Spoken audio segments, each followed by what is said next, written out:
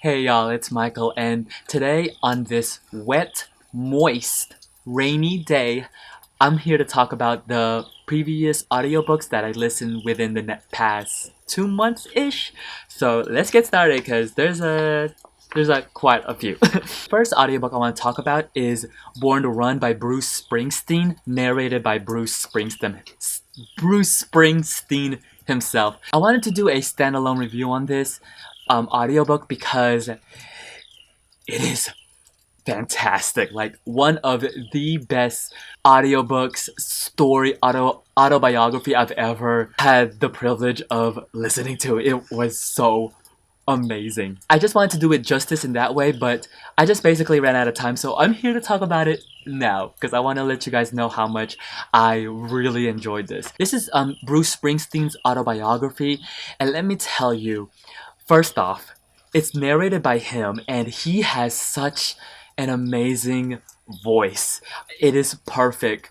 Perfect. I'm not really knowledgeable with like the history of rock and roll or listen to a lot of rock and roll in general. So this book for me was really insightful, but also it is written so well. Like the way his word choice, the structure of what he chooses to say, it is really beautiful. Like I'm not trying to like hype it up, but it's so beautiful. I think that's the adjective to describe this book, is that it is just a beautifully written autobiography. Wow. And I'm gonna let you guys know now, it is one of my favorite books of this year. Like it's up there. I thought it was so fantastic. This basically spans his whole life up to when he did the Super Bowl, so from his childhood all the way up. This does a lot of things right that I really enjoyed about biographies in general. Similar to something like the biography of Malcolm X, this is so truthful. I feel as though that he was so honest. I also really loved like what he chooses to be honest about, like all the mistakes and the wrongs that he did in his life. It's a really good retrospective of the decisions that he makes, because he doesn't he some choices, especially in his earlier life, he doesn't make the best decisions. He even says it himself that I should have done something different, like looking back during that time. And I really enjoyed that look at himself, because I always like when we can put a mirror up to ourselves and see like these were the best choices that I made, but it's just, but how can I take this, what I've learned, and make better choices? It's a long, let me tell you, it is a long book. It's a long audiobook in general, and the whole time it is interesting. Like I never wanted to stop listening to it, and that's just because he's a really interesting person. Like it's so fascinating. I love the way he also talks about creativity and the arts, especially how he approaches music. I thought that was so fascinating, because I always love, like I would love like a Beyonce oh god, here we go. As a creative, I always love listening to other people like who love like arts, how they approach their field, like how do they see things, like the way their mind works. And I felt as though that this autobiography really explores that, and he was so open about it. Even as a person that's not into like rock and roll but appreciates it nonetheless, I was like, wow. So this autobiography, like I cannot gush about it enough. I loved it. Like I loved it. And if you have a chance to listen to it on audiobook, I would highly recommend it. The writing style. This was fantastic. It was amazing. Like I cannot give this audiobook, even the book itself. I would love to read the book physically too. I cannot give it enough high praise. I loved it. Five stars. out of 5. I loved it. Loved. The next one that I listened to was Labyrinth Lost by Zoraida Cordova, narrated by Almarie Guerra. This is about Alex, who is a bruja. So hold on. Alright, bullets inside now. And plus, like, ew, wet dog. So anyways, Labyrinth Lost. This is about Alex, who is a bruja, and during her death day, where she becomes like a full-fledged bruja, she basically doesn't want to be a bruja, and so she wishes not to be one, and basically all hell breaks loose. I saw this book getting like hype, I guess you could say. To me, this novel, and then it was also this too. It was getting also apparently that the main character Alex is bi. I think she classified herself as bisexual, but I felt as though the book didn't really like go deep into that. Like the adventure part, I thought it was like, oh, okay, but there are some points of this, like even the plot line of this, it felt very predictable and very tropey. It felt, there were parts where I was like, oh, this is so cool, but then there were parts where it just felt so almost generic, and like I've read it, I've seen it so many times. I gave it 3 out of 5 stars. The next one after that was The Devil of Nanking by Mo Hader, narrated by Josephine Bailey and Simon Vance. This is about a woman, Gray, who goes to Japan because she finds some documents about someone who is in Japan about the murder of Nanking, which was this historical event, how the Japanese murdered like thousands of people in Nanking. This is classified as like a thriller mystery type of book, and in the end I just was kinda about it.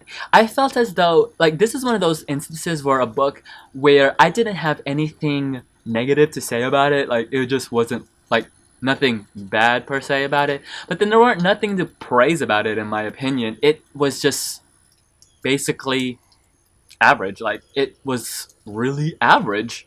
Because like the plot is actually really interesting, and it moves. It really moves because the revelation, I was like, oh, okay. But I think this book really falters on the character development because, and especially the characters themselves, because some of the characters felt really like caricatures. Some of the characters I was just like, oh, okay. It was just like, I gave it was just average. 3 out of 5. Like, it was just average. The next one is 13 Reasons Why by Jay Ashner, narrated by Deborah Weissman and Joel Johnstone. We all know why I wanted to listen to this. I mean, I haven't yet to start the Netflix series, but I'm hoping to soon enough, maybe, hopefully. And that's the main reason why, because everybody and their mama was watching the Netflix series, and I'm one of those people, I just wanted to experience the novel first before diving into the show. This is one of these books where I saw a lot of faults, but I also saw things that was like, oh, first off, okay, so the plot itself is intriguing. Like, it is really interesting. This is about Clay, who comes home and finds tapes left by Hannah. It's really intriguing for him because Hannah committed suicide. Hannah left these tapes for reasons, 13 reasons why, 13 people essentially of why she committed suicide. I'm sure you probably already seen videos of like not accomplished that well, but looking at it from a literary point of view, I think this book, it's written so simplistic, like really simplistic, writing wise, like style wise of the writing itself. I gave it 3 out of 5. The next one is Darkly Dreaming Dexter by Jeff Lindsay, narrated by Jeff Lindsay. First off, can we just say that Jeff Lindsay is an amazing narrator? His voice is amazing for narration.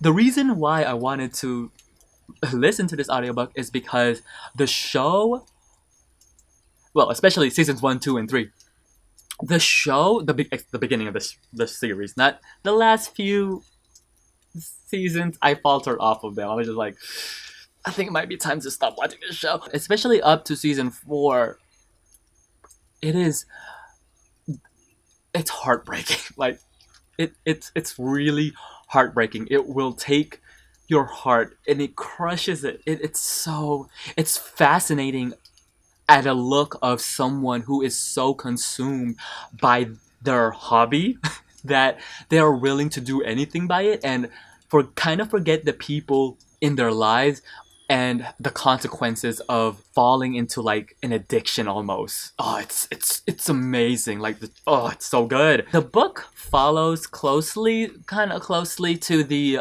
book. It changes quite a few things, and I think that's where, for me anyways, I guess I was just like, when I was listening to the audiobook, because in the book, we mainly follow Dexter. So it's in first person, so the whole time it's just Dexter. And in the TV show, we follow different characters. I don't know what it was, but Dexter as a character in the book seemed really condescending, and it's not like a fun condescending. It was kind of like aggravating and annoying almost, because it seemed as though people around him were really stupid. I don't know if that was just because like Dexter just viewed everybody as stupid. A later part of the story, it just was like, okay, I think I'm done with this. So I gave it 2 out of 5. Next one that I listened to was The Ring and the Crown by Melissa de la Cruz, narrated by Jennifer Ikeda. So first off, Melissa de la Cruz is Filipino, so I thought this were going to be about Filipino characters, and then it wasn't. So I was like, oh, okay, it's just another... Okay, I was like, okay, that's fine. Then I thought this was going to be like magical, alternative universe type of thing, and then come to find out, it didn't have a lot of magic, and I was like, oh, okay, that's fine. Okay, I guess. And then it had so much romance in it, which I mean, I expected some romance, but this one had like, it was like vomiting romance. And I was just like, oh, I mean, I guess. I mean, love. So, okay. Then it gets into these like political things where like there are so many characters, a la like Game of Thrones, or even like the Blade, Grave Mercy, which I enjoyed. So when it started having all of these political intrigue, The Ring and the Crown, and a whole bunch of characters, I was like, okay, I can get into this because, Game of Thrones does it really well, and I was like, oh, okay. And then, come to find out, this book, The Ring and the Crown, does not do it well. I thought this was just bad. I just didn't like it. I don't have that much to say about it. This is, in the beginning, like, it's built up to be where, like, magic is a part of this alternative universe. And so, in my head, I was thinking, like, ooh, magic, like, shoo, shoo, shoo, shoo.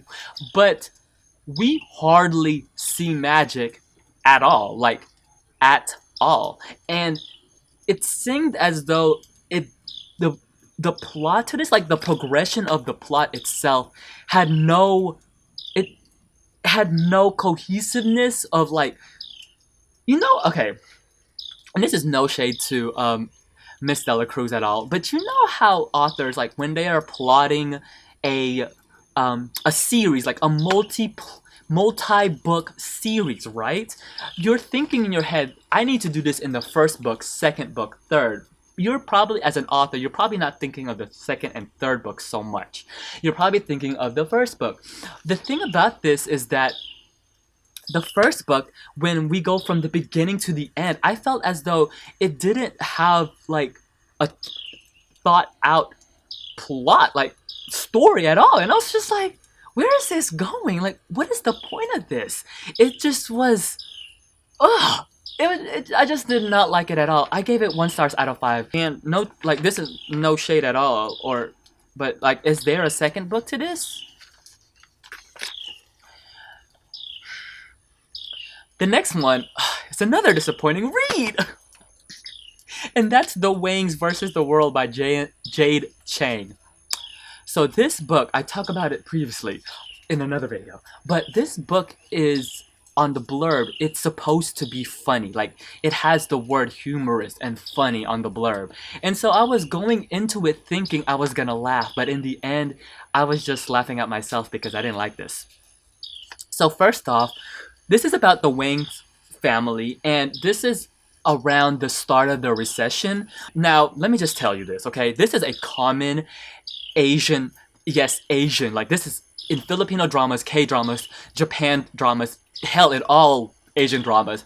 This is a common thing, and this is basically the plot where a super rich, super successful family basically loses everything, and we see their fall, and we see how they try to come back from that fall. So they lose everything, like all the money, all the properties, all the cars, everything, the house. We follow the Wang family, or the Wong. We follow the Wang family from all the family characters, and we get to see who these characters are. Now, first off, these characters are not even unlikable, because I love unlikable characters. Like, unlikable characters tend to be really real, in my opinion. They seem to be really authentic, but I felt as though these characters were unbearable. It was like almost cringy. Like, there were so many parts I was like cringing, and I was like, ugh. And it wasn't like fun cringe. Like, have you ever just try to watch something and you just try not to cringe, and you're just like, ugh. But this was just like, oh god, like especially the part where the son does stand up, and I was just like, oh my god. And it just was not, it was supposed to be funny, and some of the joke, this is where humor, I found some of the jokes not really funny. Like, some of the jokes that the book presents, I just found it, I didn't find it funny, and I just was like, It was when I knew I didn't like the book when I was just ready for it to be over. Like, I was just like, I just needed it to be done, finished, finito. So I gave it 2 out of 5. The last two, I already talked about them in previous videos, so I'm not gonna harbor on too much about them because you guys already know my thoughts about them. Everything by Nicola Yoon, narrated by Bonnie Turpin and Robbie Damon. I wanted to listen to this because the movie is obviously out, so there's that. I don't think it got the best of reviews, which, but also I wanted to listen to this because I actually liked The Sun Is Also a Star, so I was like, oh, okay. And with everything, I didn't like it. It's just this like straight up romance, and I was just like, oh, okay. And then the I think my main issue with this book was the conclusion. So you find out something in the end, towards the end, and it brings up this topic, and I felt as though like the book just kind of like glazed over it. It didn't really delve in to the problem that it presented, and I just like, why not? I thought it would be really interesting. It seemed like it would be a really integral part of the story, but it was just like a straight up boy meets girl type of story, and yeah, that was it. So the last one is an audiobook that I was pleasantly surprised how much I enjoyed it, and that is Beauty Queen by Libba Bray, narrated by Libba Bray. So first off, Libba Bray, wow, what an incredible narrator. She really, well, since she wrote the book, she really presented it so well. This story was so funny. So this is about 13 beauty queens who get stranded on an island after their plane crashes. They had a trip to go to like a beauty pageant. It's so smart, so funny, so self-referencing. It really does accomplish a lot of the tasks that it sends out, that it seems like it sends out to do. The main issue that I had with this per se is the last third of it. It goes into this direction where it doesn't feel like so smart and so witty compared to like the beginning. It just becomes almost like your average action adventure type of thing. But it's like a small gripe. The beginning is so funny, and the way that the book is structured is so smart and so, like, again, so humorous that I was genuinely laughing, and all of the comments that it makes on beauty standards, things that it even talk about like with the LGBT topics that it brings up, I was like, oh, this is so good. I really liked it. I gave it four and a. I'm gonna be like so specific, but it's around a 4.5 out of 5. I quite enjoyed it. I really liked it. So yeah, those are the audiobooks that I listened to within the past, I think, 2 months that I didn't talk about in previous videos because I haven't done like a video like this. So if you read any of the audiobooks that I mentioned, I would love to hear your thoughts about it. Until then, I'll see you guys till later. Bye!